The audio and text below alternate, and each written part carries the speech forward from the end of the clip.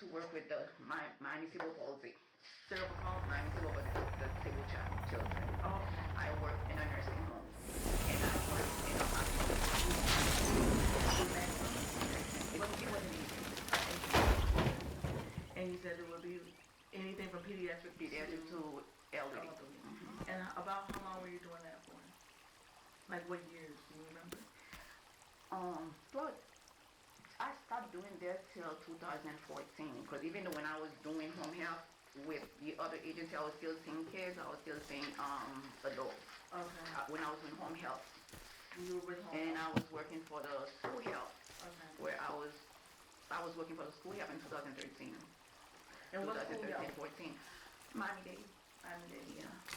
I'm not sure what that is. School health is when you go to the school. I told you I was working for Norland. Right. Yeah, it was not for the school health. It was not for the state. I was working for the state. I was working for Maxine to Norland. When I was working for the state, I was like going to different schools, doing their BMIs, checking their immunizations, you understand what I'm saying, sending letters, making sure that the schools were compliant with everything. Okay. Yeah. All right. So LPN, RN, and then the master's degree. In nurse education, and I also taught. And you also taught. Where did you teach? I taught private schools. Oh, at private school. Yeah. But you would. But I was in LPN first. I was a Right. licensed practical Right, nurse. so I was gonna say, so 10 years, I would put it at 1996. Yeah. Okay. Gina Emanuel worked as a registered nurse.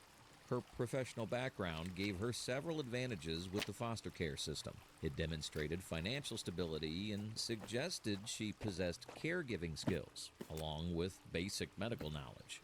Beyond that, Gina operated a group home for individuals with disabilities in Miami-Dade.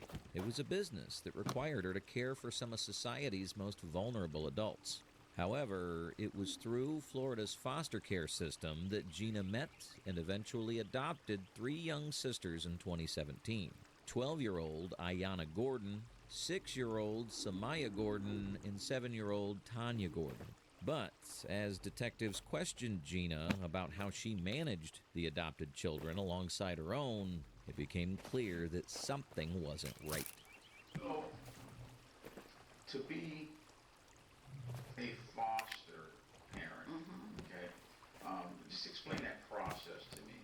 Let's say today I wake up and I'm like, all right, I want to be a foster mom. What's the first thing I got to do? I was not a foster parent. Let's get back. Okay. I was not a So you own the group, one. right, you I own the became group one. home. Yes, I became one when I went to adopt those kids. I went to the class, but I didn't have to be a foster because I have a group home. Okay. Okay, And so all right, so let me ask you this, sorry to cut you off. That's okay. But as being an owner of a group home, I guess you're part of a database that DCF can call if they need space? yes. Okay, okay. All right, so basically, I guess that's part of the agreement for having a group home. No, part of the agreement with ABD, Okay, not with us. okay. And what's ABD? ABD is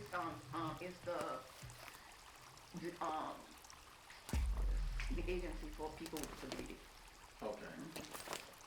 So when you know the agency was, how does it, is it APD? ABD, yes. APD, Agency for People with Disabilities. Mhm. Okay. So originally you bought the group home to make sure that your son would have someplace to go. I converted the house for him because, that's where he lived there. He was almost born there. We moved in there for when he was like 2 years. So this is his home. Okay. You understand? And I know he doesn't like changes. So as I was, because you never know what may happen to you. If I drop dead, I don't want him to go to nobody's house. You understand? But, Right here, yeah. Okay. So that was your home at first, you made it into like a group home, and for your son to have a place to go. To And- stay, not to move, because he doesn't like changes. And then somehow that changed into you becoming a foster parent. So when did that happen? Like when did you start having a foster kid? I have, the first step came in June 2014. June 2014. And they came in a pair of 6. They come in 6. I had 6 beds, but they were not all siblings. Some of them were, you understand? The first one came 2004 June, and they left the same June. And they left us The same June. because the father came together. Yeah, and the second set came June, or end of June. As they were leaving, they were coming. They came in June, and then the other came in July.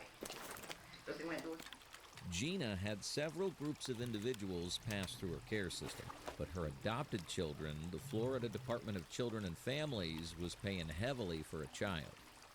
So, being a foster parent, okay, now you took the test, and now you adopted them, right? Well, let's go back before the adoption. They're assigned to the group home. Is the state or someone paying you to make sure that these kids are fed? They were paying. Okay. And were they paying you by each child or Each as a child. group? Each child. They were What do you paying. say is the average? They were paying 2,000 every month for each child. If the 3,000 patient every has, month? if the because I had one that had problem, they were paying 4,000. Really? Yeah, And that's to make sure that they got food and clothes. everything. Okay.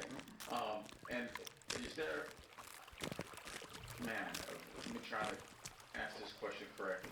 So with this 3,000, okay, is there certain requirements that you have to fulfill to show that the Yeah. money's being spent? I have to have staff. Okay, 24-hour staff had to pay their taxes. It was okay, actually money like a business. okay, okay. But And if now, I were a foster mom, the rate would have been different okay, why would it be different? because it's foster mom, because I chose to. Okay, You understand?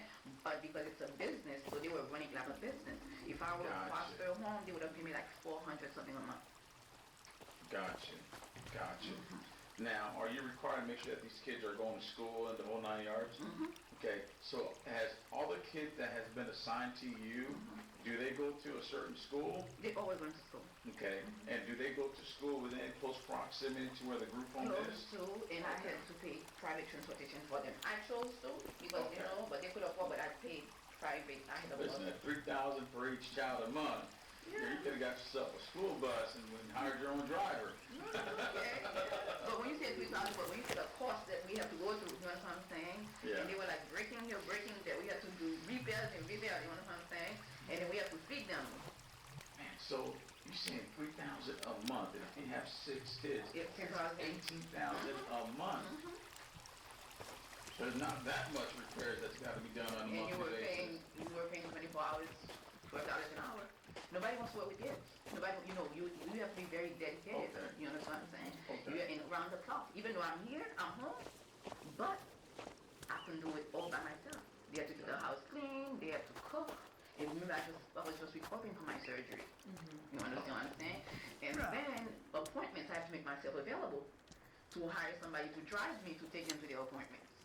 Okay. You understand? And I also have to hire somebody to take them on the weekend to take them out. And this was prior to adoption. Yeah, prior to adoption. Prior to Yeah. adoption, because once you adopt, No, before I was adopting, I was I was driving. you was able to You drive. know, when you were paying 3,000 for the money, I was telling you how You're itemizing. you itemize, yeah. Okay. And then after they were adopted, then you didn't have to drive them around any place. You didn't have to get any extra help, is what I'm trying to figure out. You still had to pay somebody 24 hours a day to One watch them. 24 hours, but I need to like when I want to go out. If I have to go out, I will hire the babysitter. I don't really hire babysitter, children's companions. I used to.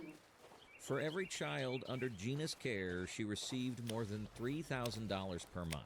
With 4 adopted children and 2 biological children in the home, there should have been no financial reason for malnutrition or neglect. Yet, examinations revealed that Samaya had been severely starved.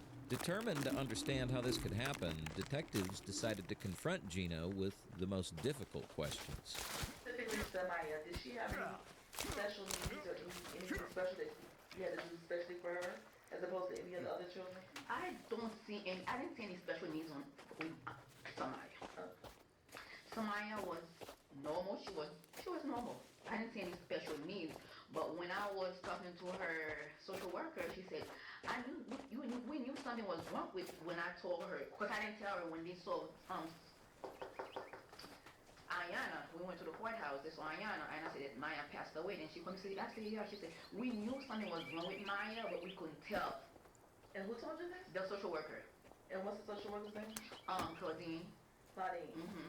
And you saw her after November. Yeah. She even went to court and testified. And she said, okay, so who does Claudine work for? She works for DCF. DCF. And she told you she knew something was wrong? She said, we knew because remember she was not living with me. She said, for example, she was coming to my house. She had like something here. Okay, and I'm like, Claudine, you need to take her to the doctor because you know. She said it's a cold sore. I said I don't think it's a cold sore. And then when they took it, it became a big scar here on her face. And she said that we knew something was wrong with Samaya, but we just couldn't tell what was it Okay. because she was always, you know, I don't know. What did they say? I mean, what is it that made them think that something was wrong with her? Did she behave differently? Was she constantly sick? You know, what is it? She, that's all she said. I'm just quitting. Because, you know, she was not under my care. Because she said, and we knew something was wrong with Maya. We could never know what was wrong with Maya. But they never told me. So once she got under your care, what would you see that would make you think that maybe Something was wrong. I didn't see anything wrong with Maya. Honestly, Health-wise, was she ever sickly? Maya never sick. Have you ever had to take her to a doctor other I than took her to a regular visit. I took all of them to a regular visit, but she never. Papa was the one who's always running a fever. Papa was the one. Okay. You know, Papa was. But those three girls, they were always okay. Never all there. When I take them to their appointments, everything was okay. Okay. You know. So, right before somebody passed, was she showing any type of sickness or any type of illness? No, she was behavior-wise. She was like whenever I leave, for example, I will come, and I can say that too. She even when I left like 2 weeks before she passed away, you see her ear, she was like picking on herself. And then because whenever somebody comes to my house, I let you know what's going on. I say, Wynette, keep your eyes on her because she's like hurting herself lately. Especially when she goes to the bathroom, she will come with blood all over. Wynette say, okay. And then that day when I came, it was a Sunday, Wynette say, look, I said, I told you know, because all those things that she has marks on her, when I'm not around, okay, she will hurt herself and stuff like that. Sorry. Okay. She would hurt herself. And then I would tell me, Mommy, and you know, I was the first one to tell me, Mommy. I said, okay, I know. I said, I told you, okay? So when she has a little thing, she pick on it. So I would put, I'm a wound care nurse, I put, whatever I need to put on it, you understand what I'm saying? But when I turn around, she pick on it, you understand what I'm saying? Because we're not. That's the thing. That's why I'm glad I'm here so I can say everything. You understand what I'm saying? Because when you call Wynette called me. Come and listen. Wynette put me on speaker. He said, come, Gina is lying. How you gonna say I'm lying? You understand what I'm saying? Come. And Wynette used to work for me. Okay? So Wynette was like, Throughout the day, you were calling to check on the kids, or the first time that when Misty called you to tell you about Samaya? no, I called around 10. You called around 10 Yeah, she o'clock? said everybody's okay. And at 12, that's when she left me a voicemail on my, I don't know what she was calling. I didn't get the phone call. She left me a voicemail on WhatsApp. She told me that she just do work and stuff like that. I say, okay, it's okay. And I called. I said, it's okay because maybe the expectorate is bringing the phlegm from her chest. You know? Do you still have that voicemail? Your partner took it. Let me see. And because I'm treating Jovan. I'm treating Jovan, and I know exactly what's going on with him. What do you mean? You was treating Jovan? No, because of Jovan's ailment with the upper respiratory problem, so I know exactly, you understand what I'm saying, when to jump, when not to jump. You understand what I'm saying? So I didn't see any need for me to jump. Let me see.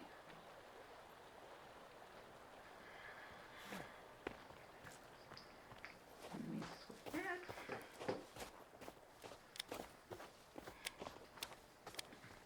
She has so many phones, so I have to see which one.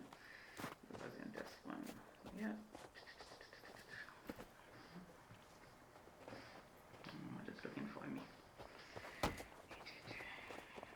Okay.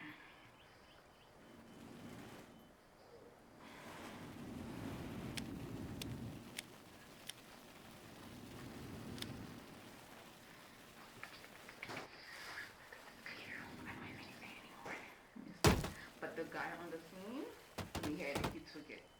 He recorded it when I gave him my phone. Let me see something. If I can go back.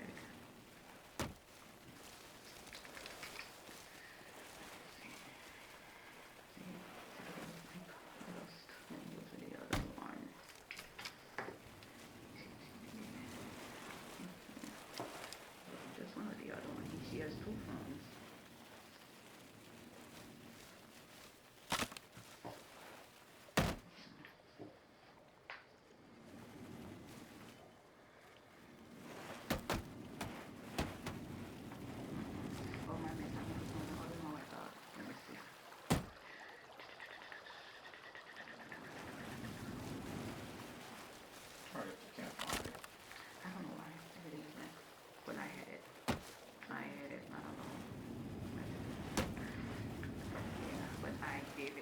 time of the incident.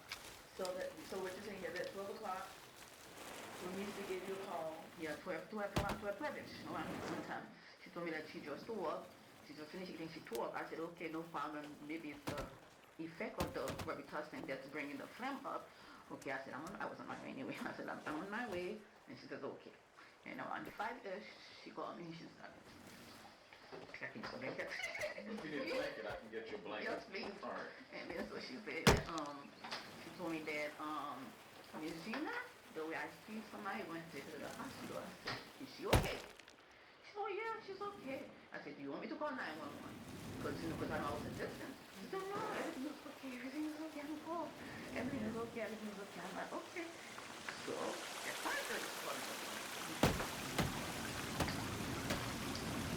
When I called, your bitch. Well, Alex, I said, Alex, Maya's not doing well. I'm there to go to the hospital because I don't even know which hospital to take, but you're from the hospital to Wilson Hospital. She told me to go to Jackson. So, Oh, yeah. thank you. I was ready to be warm. You know, when you're in the hospital, they give you a warm blanket. Yeah, so when I got up for Dr. I said, Dr. Alice, I just got a call that Maya's not doing well, that she needs to go to the hospital. And then he told me, okay, I can go in and take her to Jackson. I said, okay. So when I got home, I found Maya there on the toddler bed.